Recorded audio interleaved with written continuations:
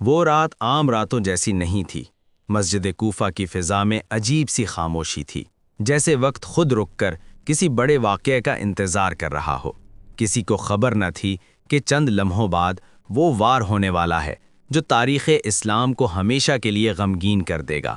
وہ وار جس کے بعد عدالت، شجاعت، علم اور عبادت کا ایک عظیم باب بند ہونے والا تھا۔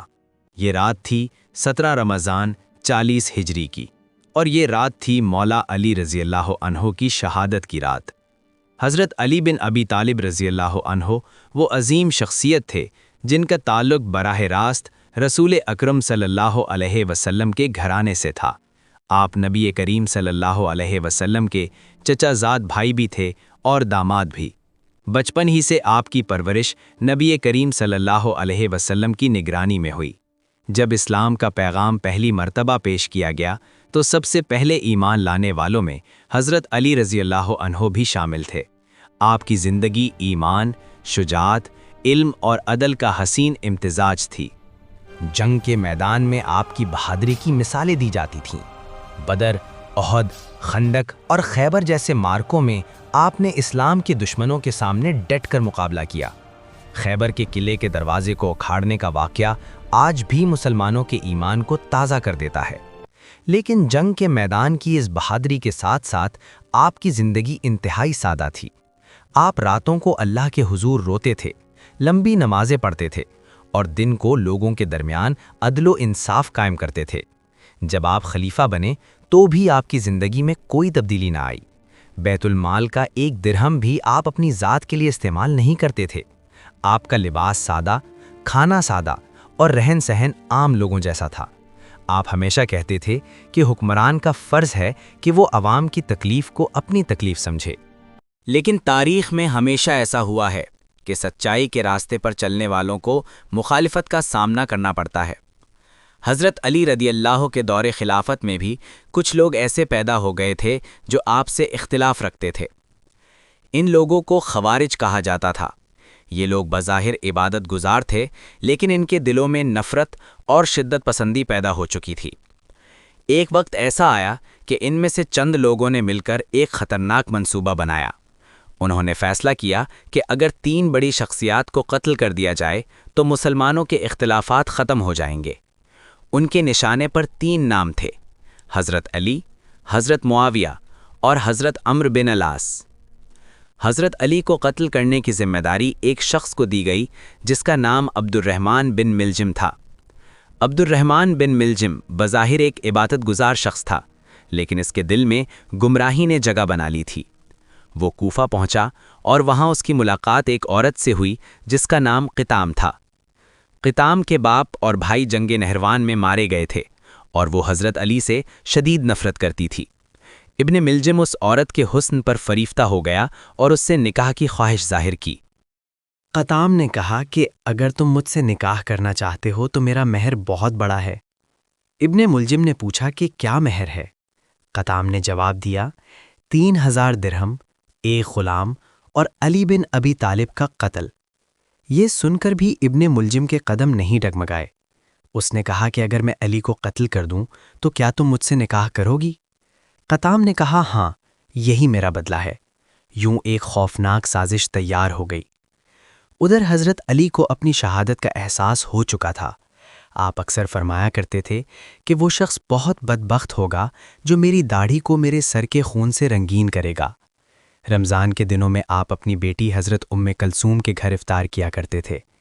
ایک دن افطار کے وقت دسترخوان پر دودھ، نمک اور روٹی رکھی گئی۔ آپ نے فرمایا کہ بیٹی، ایک وقت میں 2 سالن نہیں ہونے چاہیے، ان میں سے ایک ہٹا دو۔ خلیفہ ہونے کے باوجود آپ کی زندگی کی سادگی حیران کن تھی۔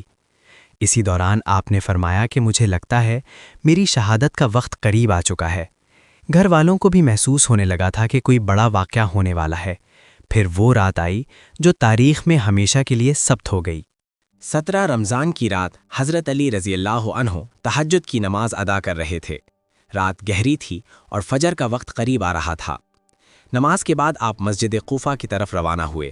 راستے میں مرغیوں نے شور مچانا شروع کر دیا۔ حضرت کلثوم نے کہا کہ ابا جان، آج مسجد نہ جائیں، لیکن حضرت علی نے فرمایا کہ موت سے بھاگا نہیں جا سکتا، جب وقت آتا ہے تو انسان کو جانا ہی پڑتا ہے۔ یہ کہہ کر آپ مسجد کی طرف چل پڑے۔ مسجد میں پہنچ کر آپ نے دیکھا کہ کچھ لوگ سو رہے ہیں۔ آپ نے انہیں جگایا اور فرمایا کہ نماز کے لیے اٹھ جاؤ۔ اسی مسجد میں ایک شخص چھپا ہوا تھا جس کے ہاتھ میں زہر میں بجھی ہوئی تلوار تھی۔ وہ عبد الرحمن بن ملجم تھا جو موقع کی تلاش میں تھا۔ پھر وہ لمحہ آیا جس نے تاریخ کا رخ بدل دیا۔ حضرت علی رضی اللہ عنہ نماز کے لیے کھڑے ہوئے۔ جب آپ سجدے میں گئے تو ابن ملجم نے پوری طاقت کے ساتھ تلوار کا وار کیا۔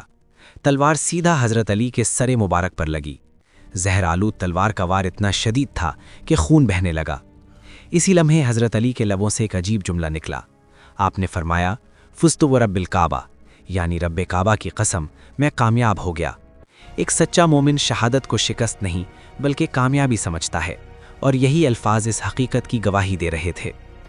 مسجد میں شور مچ گیا، لوگ دوڑ کر آئے اور ابن ملجم کو پکڑ لیا۔ کچھ لوگ غصے میں اسے مارنے لگے، لیکن حضرت علی نے زخمی حالت میں بھی فرمایا کہ اسے مت مارو، اگر میں زندہ رہا تو خود فیصلہ کروں گا، اور اگر میں فوت ہو گیا تو صرف ایک وار کے بدلے ایک وار لینا۔ لوگ حیران تھے کہ جس شخص نے قاتلانہ حملہ کیا اس کے لیے بھی انصاف اور رحم کی بات کی جا رہی تھی۔ حضرت علی کو گھر لے جایا گیا۔ طبیب بلائے گئے۔ طبیب نے زخم دیکھ کر کہا کہ یا امیر المؤمنین وصیت کر دیجئے، کیونکہ زہر پورے جسم میں پھیل چکا ہے۔ یہ سن کر گھر میں رونے کی آوازیں بلند ہو گئیں۔ حضرت حسن اور حضرت حسین اپنے والد کے پاس بیٹھے تھے۔ حضرت علی نے انہیں نصیحت کرتے ہوئے فرمایا کہ اللہ سے ڈرتے رہنا، حق کا ساتھ دینا اور مظلوم کی مدد کرنا، نماز کا خاص خیال رکھنا اور یتیموں کی دیکھ بھال کرنا۔ آپ نے خاص طور پر فرمایا کہ ابن ملجم کو وہی کھانا کھلانا جو تم خود کھاتے ہو، اور اسے قید میں تکلیف نہ دینا۔ یہ وہ عظیم اخلاق تھے جو دشمنوں کو بھی حیران کر دیتے تھے۔ 2 دن تک حضرت علی شدید زخمی حالت میں رہے۔ آخرکار 21 رمضان 40 ہجری کو یہ عظیم صحابی اس دنیا سے رخصت ہو گئے۔ آپ کی عمر تقریباً 63 سال تھی، وہی عمر جو رسول اللہ صلی اللہ علیہ وسلم کی تھی۔ آپ کی شہادت کی خبر پورے عالم اسلام میں پھیل گئی۔ ہر طرف غم کی لہر دوڑ گئی۔ لوگ رو رہے تھے کیونکہ انہوں نے صرف ایک خلیفہ نہیں بلکہ عدل، علم اور شجاعت کا ایک عظیم ستون کھو دیا تھا۔ حضرت حسن اور حضرت حسین نے آپ کو غسل دیا اور نماز جنازہ ادا کی۔ روایت ہے کہ آپ کو رات کے وقت خاموشی سے دفن کیا گیا تاکہ دشمن قبر کی بے حرمتی نہ کر سکیں۔ حضرت علی کی زندگی مسلمانوں کے لیے ایک روشن مثال ہے۔ آپ نے ہمیں سکھایا کہ طاقت کے باوجود عاجزی کیسے اختیار کی جاتی ہے، حکومت کے باوجود سادگی کیسے اپنائی جاتی ہے، اور دشمن کے سامنے بھی انصاف کیسے قائم رکھا جاتا ہے۔ آپ کی شہادت ہمیں یہ سبق دیتی ہے کہ سچائی اور انصاف کا راستہ آسان نہیں ہوتا، لیکن جو لوگ اللہ کے راستے پر چلتے ہیں وہ موت سے نہیں ڈرتے۔ ان کے لیے شہادت ہار نہیں بلکہ کامیابی ہوتی ہے۔ اسی لیے جب تلوار کا وار ہوا تو حضرت علی کے لبوں سے یہی الفاظ نکلے تھے، فزتو ورب الکعبہ، رب کعبہ کی قسم، میں کامیاب ہو گیا۔